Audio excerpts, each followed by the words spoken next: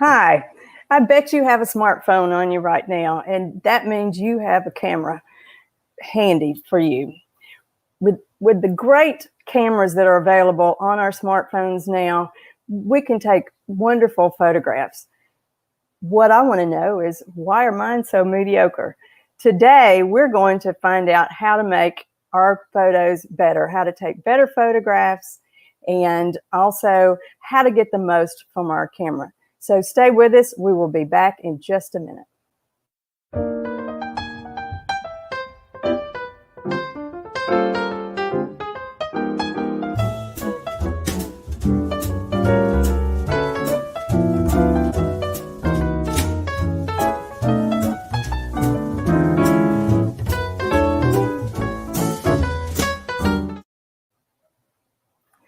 Hello again, and welcome to Art with the Armory, brought to you by AARP Alabama. I am Ann Hales with AARP in Montgomery. Today, photographer Mark Dauber from Montgomery is going to show you how to get the most from your smartphone camera. Before we do that, if you haven't done so already, please be sure to follow our Facebook page or subscribe to our YouTube channel so you don't miss any of the Art with the Armory sessions or any of the other great events that we have on Facebook and on YouTube, like exercise and cooking and loads of useful information, fraud seminars. Today, I would like to welcome again Margaret Barber. Hi. Hi, Margaret. How are you today? We're good. Beautiful weather. It's beautiful. It is, isn't it? It was so hot recently, and now it's just, it's nice. It's Alabama. It's Alabama. It's Alabama. So Margaret is the arts program coordinator, right? Yep. With at the Armory. At the Armory with the Montgomery Learning Arts Center, and that falls under the Montgomery Arts, or the Arts Council of Montgomery, I think, correct? Yes, it does. Yes, we're glad to be here. Thanks for having us, Ann. Okay. And we're going to have a wonderful photographer here with us today. His name is Mark Dauber, and I'm sure that you will see him shortly. And okay, here we go. Let me add Mark too. And Mark, I know I see you're getting situated here. Hello. Mark, tell us just a bit about what we're going to do today. I know a video goes over that. Yeah, I mean, so many times when I've been teaching photographic workshops for many, many years. And of course, in the days we used film, then we started doing digital workshops. And lately in the workshops, people have wanted to know, they'll kind of sneak in between the classes and say, "Can you show me how to make better pictures with my phone?" I like doing it, So I spending a lot more time doing that, and it seems to be a more common question all the time. Well, we do have, more and more these cameras are terrific on these phones. They really are, and they can do so many things. So I'm really looking forward to this class so we can see how to do it and what to look for. So what we've done is Mark and Margaret have created a video. So we're going to go through the video so that you can see some demonstrations. If you have questions throughout this, please put those in the comments or the chat. When we finish with this video, we'll get to those comments and be able to answer those questions. All right, so here we go.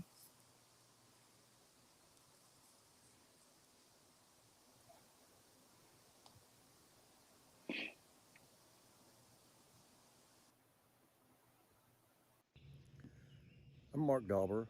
I'm a photographer, and I've been teaching photography for almost 50 years, since I was a soldier in the Army in photography school. I want to talk to you about the iPhone camera today and why it's one of my favorite cameras of all the cameras I've used over that entire 50-year time. And one of the reasons it's so much of a favorite of mine is it's always with me. I virtually always have my phone with me, and so I always have a camera with me. And what I want to show you today is just how good that camera is and how simple it can be to do a few things to improve your pictures, make them look maybe a little bit more like what you're wishing you could get from this very versatile piece of equipment. To start with, I'll assume you know how to open the camera. That is, to get to the camera. In photo mode, Notice that my glasses in the foreground are correctly exposed and in focus because I pushed my finger down on that spot and held it there. Now watch if I do the same thing here up above the glasses in the area of the swimming pool and the plants. Now it has auto exposure and autofocus locked in that area. And that's what the AE and AF mean, is auto exposure, autofocus locked. Normally, it just focuses on whatever it thinks is the appropriate subject. But in this case, we can change that so that it's where we want it to be focused. So I'm gonna do it again down on my glasses this time. And again, notice it says AE, AF lock. Now you see the little star right next to it, there's a bright little, looks like sunshine. If I slide that up, I increase the exposure, as you see. If I slide it down, I can decrease the exposure. So now I've controlled focus and exposure myself. Notice how the glasses are sharp in focus, but the trees and the shrubbery back in the other side of the pool are not. I'm going to now touch and hold. It says AF lock, and notice that's a pleasing and proper exposure for that part of the picture. Simple technique, very easy for you to control, and it gives you a lot of variety in your photography. The near-far focus effect is a lot more powerful than some of the other methods of just letting the camera do what it wants itself. Now I'll turn that off, and you can see that as I move the camera around, it tries to adjust and does a great job of it to exposing correctly for the scene at hand. Now let's take a look at the top above the actual image or the screen area of the picture area. You notice in the upper left-hand corner there's like a lightning bolt with a slash through it. That is your flash, and you can set it to auto, on, or off. I have mine, as you see, set to off, but I can turn it on and I can put it on auto. I leave it off because I don't want a flash going off unless I intend for it to. Now let's look at the next little symbol to the right of that one, and that is called live view. And live view I have off. There's a slash through it, as you see there. I can turn it on, and what that does is when you take a photograph, it's actually going to take a short little movie, so that if you take a picture in that mode, that picture, if I then pull it back up and put my finger over it, it will show a short little film including that picture. I'll come back to that in a little bit more in a little bit. Let's go to the right again. The next item is a self timer. It is also set to off, but I could set it to 3 seconds or 10 seconds. 10 seconds would give you time to walk around and maybe get back in a group picture with some other people. I'll leave it off also. Then the last item to the upper right is a simulation mode, or think of it as back in the day with film, you could put different kinds of film in your camera. So you could put here what's called a vivid film effect, and it really accentuates and pumps up the color. I'd use it cautiously. Vivid, warm, just scroll through them. If you find one you like, you could use that. And here's mono, and I use that quite often because I like black and white photography. So if I push mono mode and then just tap the screen, it will stay in that mode. I'll push back up here. And so now I'm in black and white mode, and I can use my same effects, touch and hold, and to lock the focus and the exposure. And if you notice there, the little earbud pod is in sharp focus. The trees are not, but if I touch up here, I get the trees in sharp focus and my foreground not so sharp. In a nutshell, that's about the simplest part of how to use this camera. Those controls are the most useful controls and the ones that you will find yourself probably using almost all the time. Hey, Mark, I want to stop this for just a minute because some people had mentioned in the chat that they were having some difficulty hearing in the sound. And I know it does get a little bit louder as we move on, but can you talk about that a little bit? Just that part that you went over and where they can find that on their phone again. And I'm not sure that, and I think I can actually play some of it again. I think you can just talk about it though, and they can rewatch that. But yeah, I think what I was trying to get across mostly is the simplicity of control. That is, all I had to do was place my finger on the part of the picture that I wanted to be sharp or in close focus and properly exposed, and just hold it there for a second, and you'll see that big square appear. Hold it anywhere on the screen. You don't have to be in any special mode or anything else. So that control is one of the things that people are looking for, I think, when they're trying to make, especially we take a lot of pictures of other people. Well, if you want the person that's close to you and their face is focused, but the background to be out of focus, which photographers pay a lot of money for lenses that will do that, especially do it really effectively. You've got that control at the tip of your fingertips. And so I was also showing that if I push and hold and that light square pops up, alongside it is a little sunshine icon or sun icon, I guess you'd call it. And if you hold your finger on that and slide it up, you increase the exposure. You make the picture brighter. If you slide it down, you make the picture darker. Well, those are the things those are basic controls that we want in any camera. Control the focus, control the exposure. And it's right there at your fingertips. That was the point of all that. So, Mark, do you, and one more question, because we had one that said she doesn't have an iPhone. And is this about the same on an Android phone as well?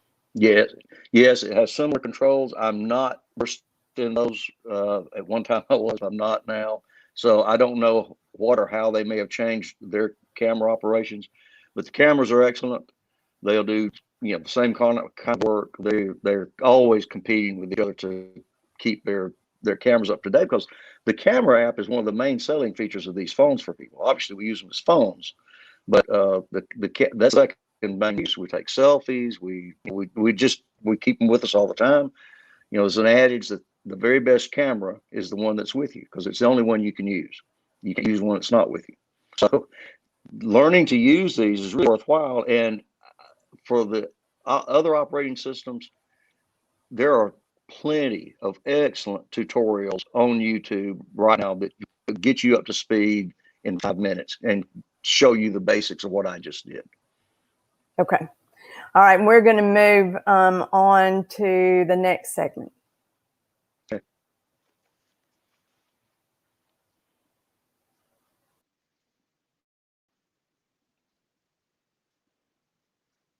So welcome back. I'm Mark Dauber, and now we're going to talk about what to do with your photographs once you've taken them. And back in the day, you would take a picture and then you would go into the darkroom or send your film off and have it processed or developed. And now we call it post-processing, but we're doing the same thing. You can't do much to make a bad picture good, but you can do a lot to make a good picture better or great. And that's where post-processing comes in. And now we don't need a darkroom in order to do this work. And I can tell you that it's just stunning what it used to take in the darkroom days just to see what a picture would look like if it was a little bit lighter or a little bit darker or a little more contrasty, or if you burned and dodged certain areas to make them lighter or darker.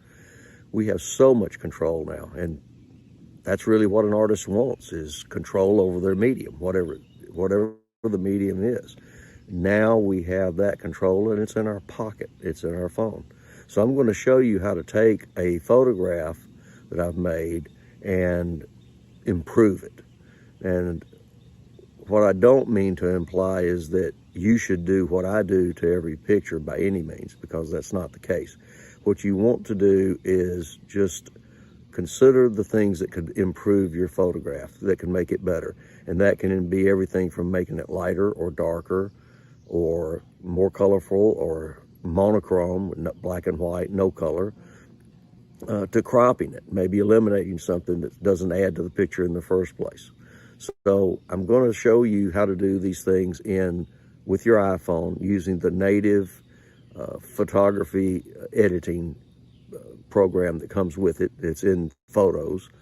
And I'll also show you how to use another app that I use a lot, and that's a free app that you can download from the App Store called Snapseed, Snapseed. Amazingly, it's a free program, and it's very powerful. So let's go look at a photograph and see what we can do to make it better. Okay, so I'm going to look at some photographs I made yesterday out in their garden, and I'm going to pull one of these up. And let's take a look. This is it. And let's see, which one do I really want to use? Let's try this one. So I tap on it, and if I go up here and tap Edit, I'm now given some choices. The first one is this magic wand, which is an auto improvement feature, so to speak. And if we touch it, we'll see, it looks like it made the picture a tiny bit lighter. No big deal. But let's just slide through here. I'm going to run my finger across these options, and you'll be able to follow. This one's called exposure, and if we move our finger below it, you'll see we can make the photograph lighter or darker. And season to taste, but I'll say I like it right there. Now this is a setting called brilliance, and again, like season to taste, I think I kind of like the way that looks right there. And let's go to highlights, and that'll be the brighter parts of the picture that are affected by this. So again, I'm sliding my finger back and forth across these options and just choosing what feels good, what I like. There's no right way or wrong way to do this. Now, obviously you can follow along. We're doing contrast. Brightness, and I'm not sure how that's different than brilliant, but there you go. Black point's going to have to do with where the darkest areas, where the black point, so to speak, is. Saturation, use carefully. As you can see, you can completely desaturate the image, or you can make a really overblown. And saturation is a setting that I see, in my opinion, overused. You just can get carried away with it. Everything doesn't need to look like it's neon.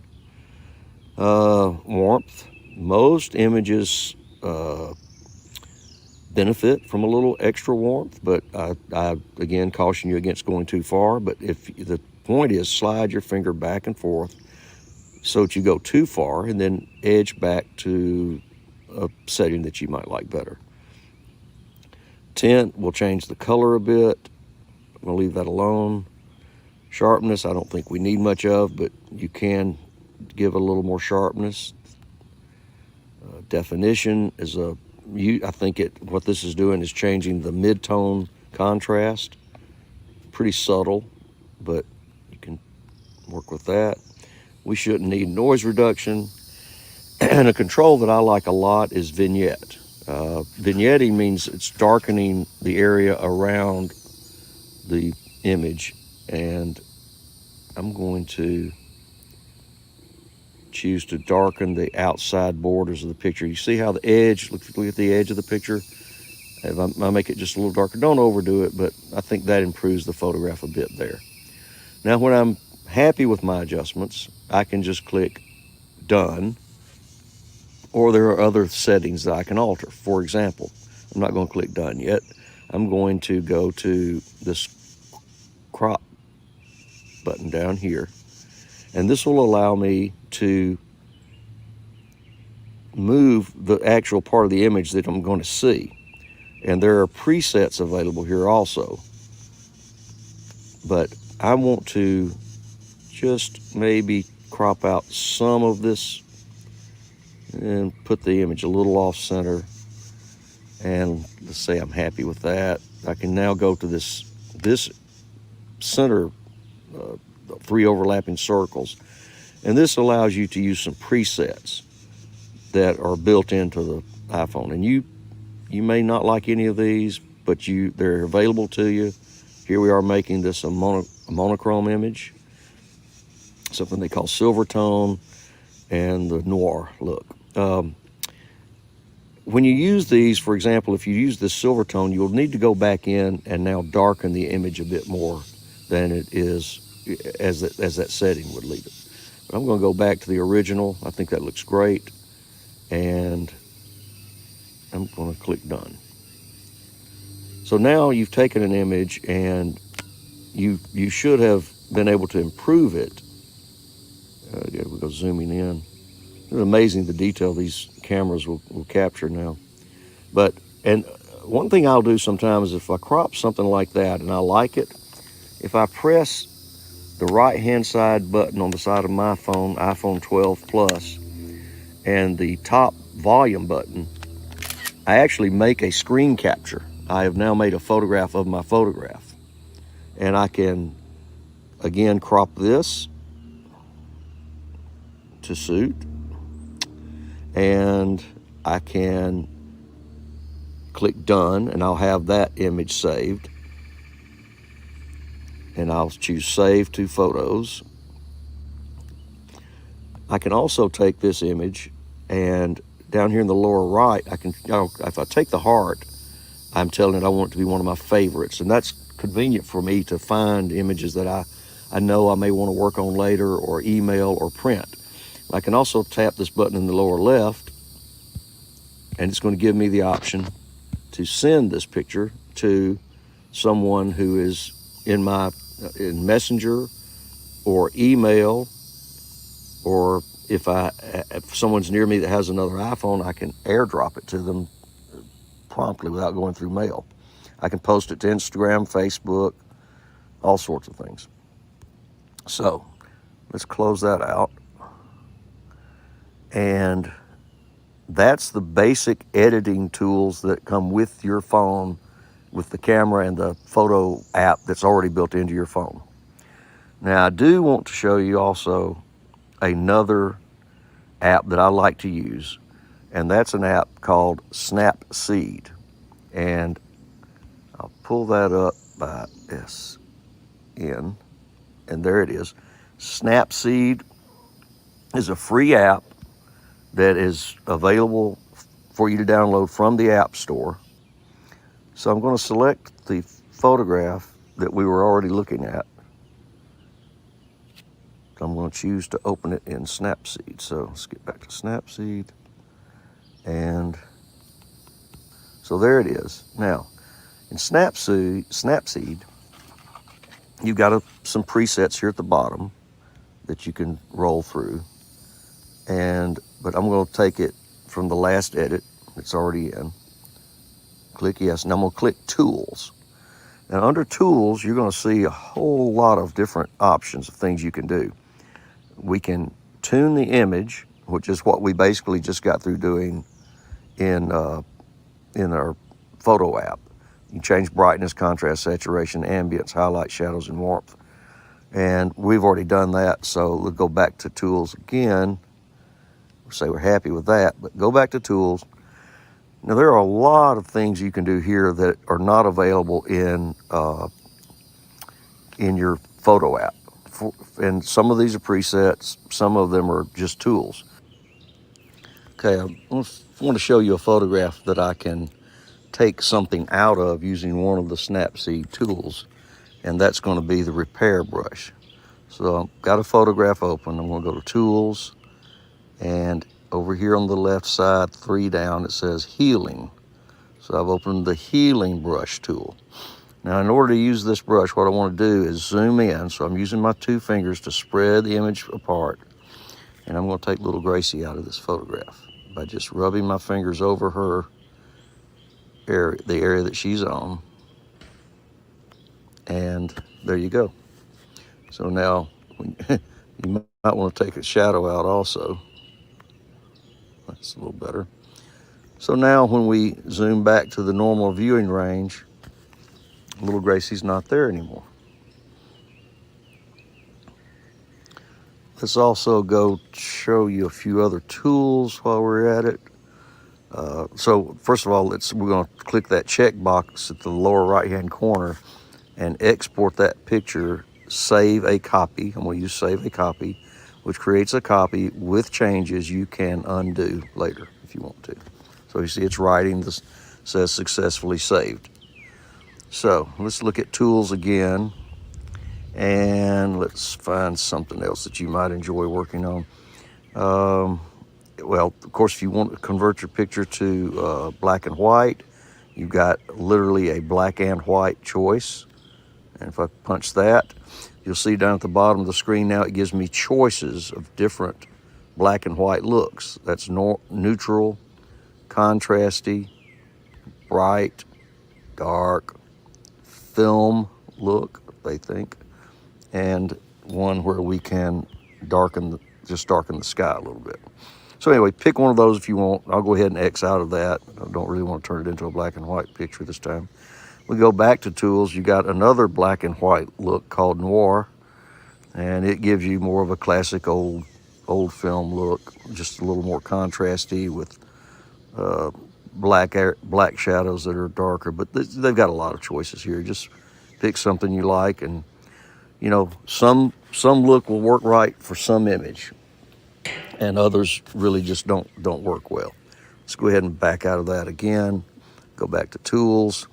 There's a choice for drama, so you can see what kind of crazy. But you know, again, there may be some one image that effect would actually be effective with, not this one. Let's go back to tools. There is a section for lens blur. This one can be useful. As it opens, it opens up with a circular blur, and if you put your 2 fingers on it, you can stretch it or shrink it. And so this is especially useful in something like a portrait. And I'm going to use my fingers. I've got 2 fingers on the screen. You can't see that, but I'm rotating that around. But if you down at the bottom, you see there's a blue circle with a dot in it. If you touch that, it converts this into a linear blurring tool. And this would allow you to, you can see here, we're making everything in the background beyond that dot go way out of focus. And I can take my 2 fingers again and spread them apart or open them and change where the blur line starts and stops and how abruptly it starts and stops. And we'll cancel out that one too. Anyway, the point here is for you to not be afraid of these tools, know about them, but play with them, experiment with them. You're not using film, you're just burning some electrons. It's not costing you anything to try this, but don't be afraid of breaking. I get sometimes in my workshops, students asking, well, what will happen if I do this? Or what would happen if I did that? Well, do it and find out.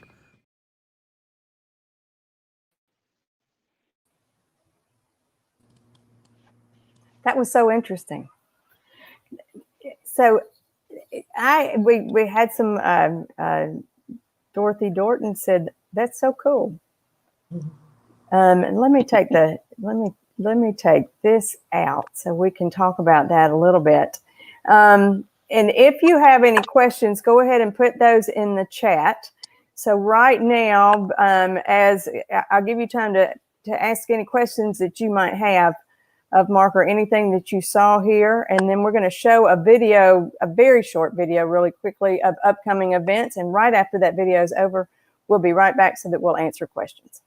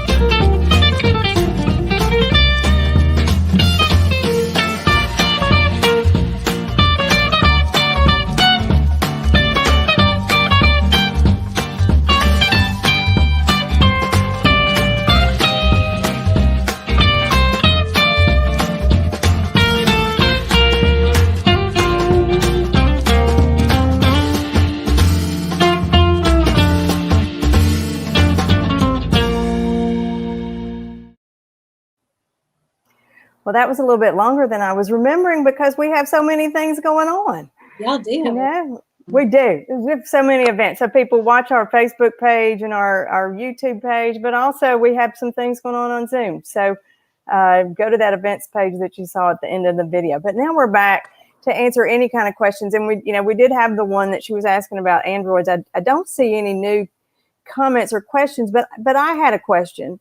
So one of the things that you notice, and I remember this too, is that when you're taking something, a picture, you don't necessarily always want your subject right in the middle. Sometimes you do, but sometimes you want them or whatever you're taking a picture of a little bit off. And I think they call it the rule of thirds or something like that. Can you talk a little bit about why you would want to do something that's not smack dab in the middle? Yeah, sure. I think it's just one of the aspects of learning composition. If you look at other artworks that are effective, putting the subject, find a way to tell me what the picture's about without putting the subject dead center and making it the only thing I can see. That's a plea for all composition. There's nothing, you can break any rule, and I certainly have done it and do it all the time. There are times when you want a horizon line to be perfectly centered top to bottom, the equal distance. But generally, no. There's not much dynamics, not much dynamic to that.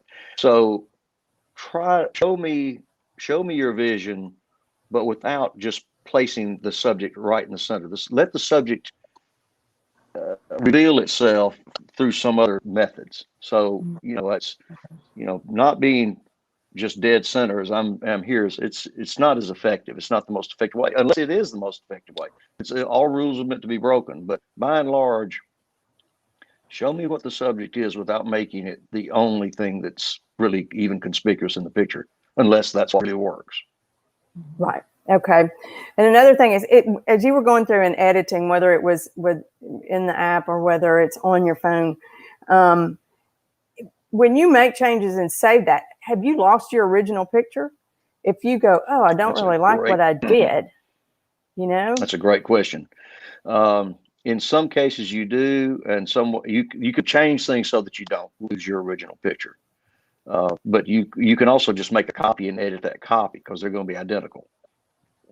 Okay. So you won't lose anything by going from one to the other. But that is something you certainly want to be aware of and know what you're doing. And I should have covered that better at all. I didn't, but that's all right. I mean, that's what I was thinking, is that I have made changes before and went, oh, I should have saved that differently or made a copy. Make a copy. Just make a copy before you start doing any editing. Then you always have one to go back to. And I want to say also, the last app that I was using is also available on Android systems, and I think it's free there too. So that's available to everybody. Great. I know that, our Android user friends are probably going, oh, but it's, there are so many great apps out there. They do make them for. Yeah. Listen, the equipment is not holding us back. Everybody has that. Well, not everybody. You don't have to lug around a big camera. Of course, when I was young, I wanted to lug around the biggest camera I had because I wanted people to think I was a photographer, even though I wasn't much of one. Well, and Cheryl Upchurch has said she has learned some things. She wished she had known them sooner. Hey, Cheryl. I know that feeling, right? So it's very nice to have that camera. Let's say this real quick too, I go on YouTube. I try to spend some time every week learning something new about photography, and we live in a rich world. You've got all this information, great instructors, great courses available. Just go and sit down. The great thing is, if it's going too fast, you can back it up, you can stop it, you can watch it again. I have to do that a lot myself, but you've got an opportunity to learn like we've never had before. Right. And that's a good segue right now, because this video will remain on our page and on our YouTube page that you can revisit. You can go back to those parts that you wanted to see again, and really tune into that. So thank you, Mark. Thank you, Margaret, for being with us today. And again, thank everybody for joining us. And we will see you next month. Margaret, next month we are Yes. On Zoom next month. And we're going to be doing watercolors with Carl Calderon. So that'll be fun. So that is a limited class, and there is a Zoom registration for that. So watch for that, and it will be on our events page as well that you saw, or you can search for just AARP Alabama events, and you'll see all of our events that we have. So thank you again. Thanks, everybody. Bye-bye. Have a good day. Thank you.